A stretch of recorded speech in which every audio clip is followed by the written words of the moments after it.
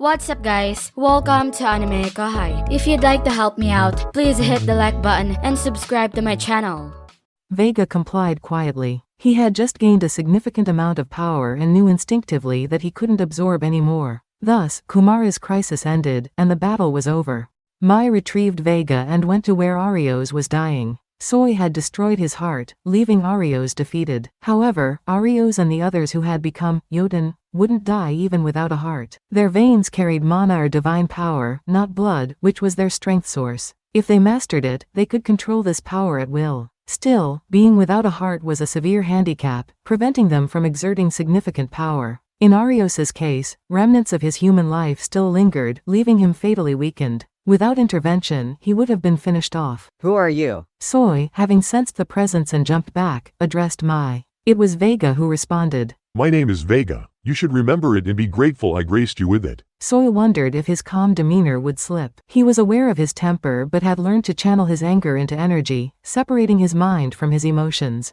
Normally, he would smile coolly and torture his enemies calmly. This time, however, it was difficult because Vega had grown immensely powerful. This guy is Vega the Power, one of Cerberus's leaders. What happened in such a short time to make him so different from previous intel? In this world, power could increase drastically, making someone almost unrecognizable. Rimuru, Soi, and their lord had experienced such super enhancement, with Demon Lord awakenings and true dragon transformations. Soi understood this concept but couldn't easily accept it. He felt the need to understand what had happened to Vega. But that chance was lost. Mai wasn't interested in talking and quickly withdrew. That woman, appearing without warning and vanishing just as quickly. She might be more troublesome than Vega. Soi muttered, and Khan nodded in agreement. That was likely instantaneous movement. Whether magic or a skill, moving through space requires a preliminary step. To ignore that and jump instantly is impossible even for primordials. It's theoretically possible but remains a dreamlike feat. As he approached Soi, Khan explained what Mai had done.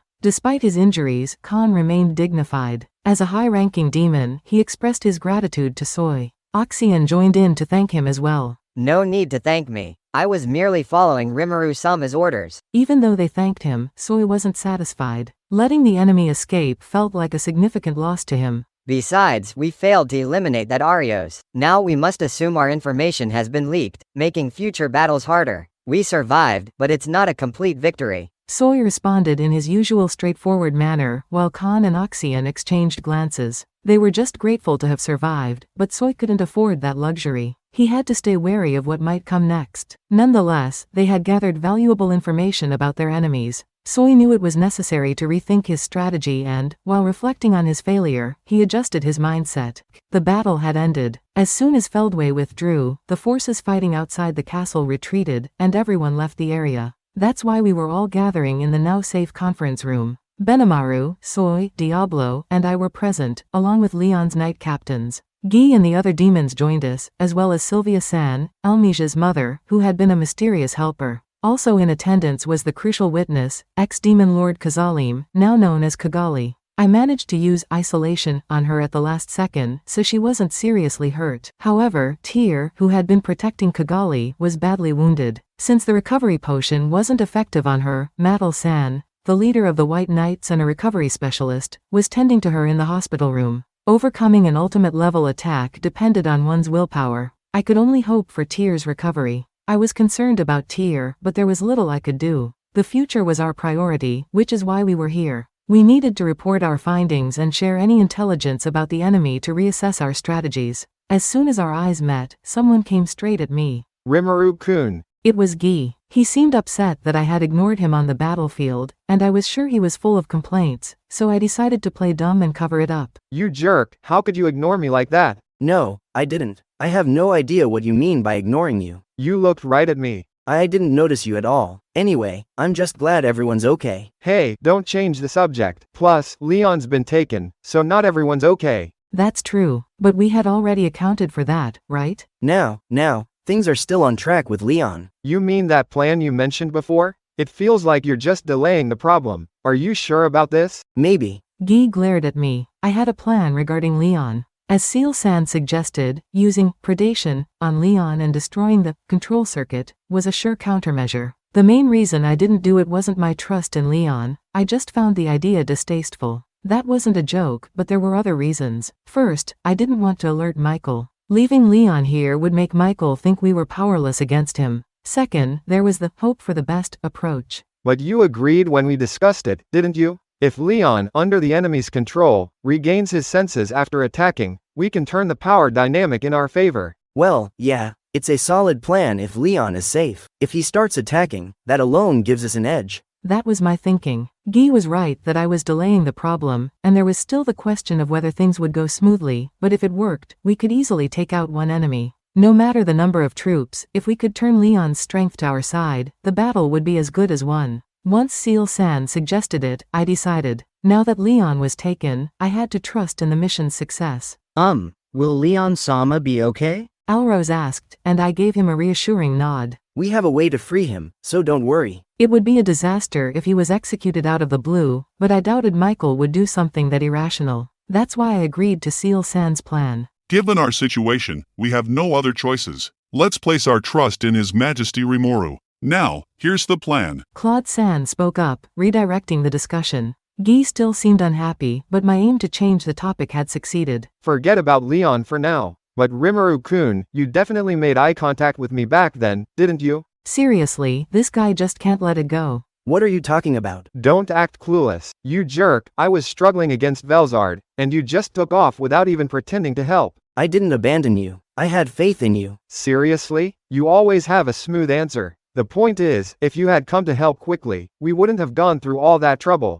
Wait a minute, none of that was my fault. Hold on, what are you talking about? You didn't contact us. We were on alert and responded as fast as we could. Really? Isn't that what the magic transfer circle was for? It didn't activate, and weren't you supposed to be able to call me with this ring no matter what? Exactly, I was told that the demon's ring, which I received when I became a demon lord, would let me contact others under any circumstances. Yet, neither Guy nor Leon reached out to me. If Dino hadn't informed me, our response would have been even more delayed. I hoped he would think about that a bit more. Ah, that's right. Velzard made that ring, so she could easily sabotage it. Sorry, I forgot about that. Well, if he admits it like that, I can't really argue back.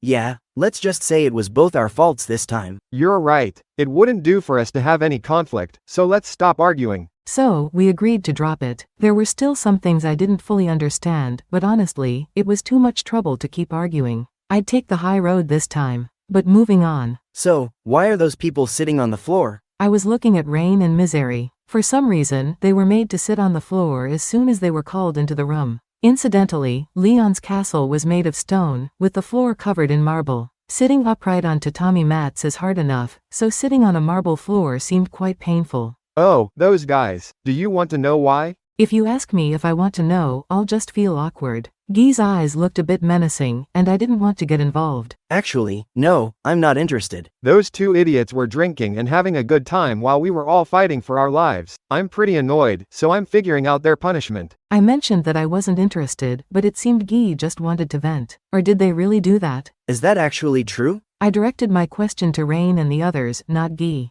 Misery stayed quiet and aloof, but Rain looked at me with tears in her eyes. No, it's a terrible misunderstanding, Rimuru-sama. Hearing this, I knew it wasn't a misunderstanding. Don't listen to her. It'll just taint your ears. Alright, we're short on time, so let's exchange information quickly. I cut in after Guy's comment. The others, who had been listening to our conversation, remained silent on the issue. Only Diablo shook his head in disapproval, but he didn't seem inclined to get involved. So, we left Rain crying and Misery looking foolish and got down to business. It was time to listen to everyone's reports in an orderly manner. Although there had been a side conversation, the reporting went smoothly. That tangent was the exchange between Khan and Masura during their report. When it was their turn, Khan and Oxian stood, but then Khan turned to Guy and bowed respectfully. Under normal circumstances, I understand that it would be an unforgivable sin to speak to our master, the Red King Rouge. However, I beg you to listen to me. Khan's sincerity prompted Guy to let him speak. Khan then requested, "Can you please forgive my lord Misery-sama's offense?" I agreed. Misery had been sitting upright on the floor the entire discussion.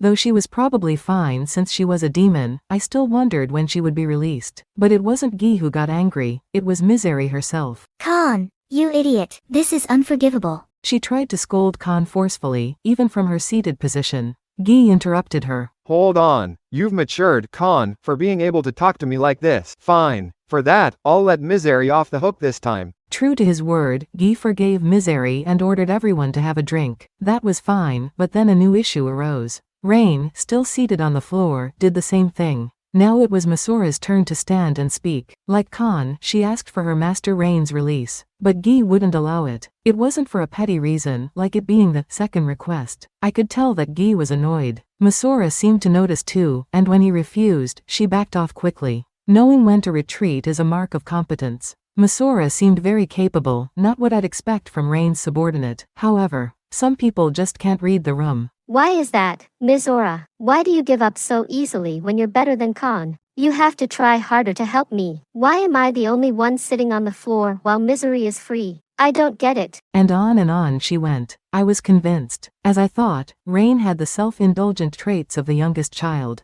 Masura tried to calm her down. Please give up. If you continue committing more offenses. Finally, Rain seemed to calm down after hearing that. She glanced at Guy and realized she was in a bad spot. You should be a bit more genuinely sorry. Do you understand what you did wrong in the first place? When Guy asked, Rain tilted her head in confusion. It was cute, but knowing her true nature, all I felt was annoyance. Guy spoke to Rain with a weary expression. I don't have the time for this, but I can't ignore your misdeeds. Those empty bottles around the igloo, they're filled with rare and expensive liquor, aren't they? How did you get them? It doesn't seem like you stole them, but did you rob one of your subordinates again? If she's doing that, she's definitely a problem. Or rather, why would a demon even rob someone? She didn't seem to have any financial issues without resorting to petty crimes. That's it for this video, guys. Thank you for always watching my videos and supporting my channel. A big thanks to the AnimeKouhai patrons who made this video possible. Jared Bressler, Chad Vota, Nate, Havox, Speed Saber, Curtis Loban, Judah Herrera, Just a Guy, Miss L.W. Hernandez, Jason Martin, Zach Rossan, Jerry Sladek, Ray Perez, Donald Williams, Moab A, Day of Light, John M, Godman Gaming, Markithian Tidwell, Adrian, Kumo, Sanketh Chelu, T. Bush, John L, Edgar Fuentes, JV, Thomas, J, Christ, Joshua Cousins, Vethelny, Khaled, Christian Deshazer, Cal Robs, Divine C. Harris, Panda Cats, DeAndre Nance, Monty Boy 98, D-Man, Ruben, Yuki Iki, Gray, Kamal Ebanks, Isaac, Koala King 93, Paul DeGrassi, Little 95, Quilly Buckner, Zephyrus, Alver, Normal Defate, L, Gary Miles, Dragon Spawn 666, J. Rule, Liron Sangkap, Lucas Gay, Jason Martin, Ekotski, Foolish Prophets, Ethan Madison, Sky T, Diego Ginoza, Andre Hamilton, Guy Endsley, Simon Road, Emperor WSA, Mika Espinosa, George Hage, Gobi Lin, Pratik Bandari, Arod Dare, Faiz Mansour, Jackson Early, Smexy, Carl Stephen Bernadal, Gareth Hashimoto, Steven Madison, Homelike Drop, Vasto Lord, Martin Ramos, Marl Barsha, Hansel Ortega, Karam Faraj, Efrain Hernandez, Luca Gaming WTF, William Locke, Jordan Mersha, Kamal Luke, Spencer Candila, Ian Sekibuyol, Putate, Thanakorn Lee Sawat, Lamar, KACP9R, Tony, The Harv, Mike Roch, Matthew Abraham, Drayden Yamauchi. Thank you so much for helping out. I'll see you guys in the next video.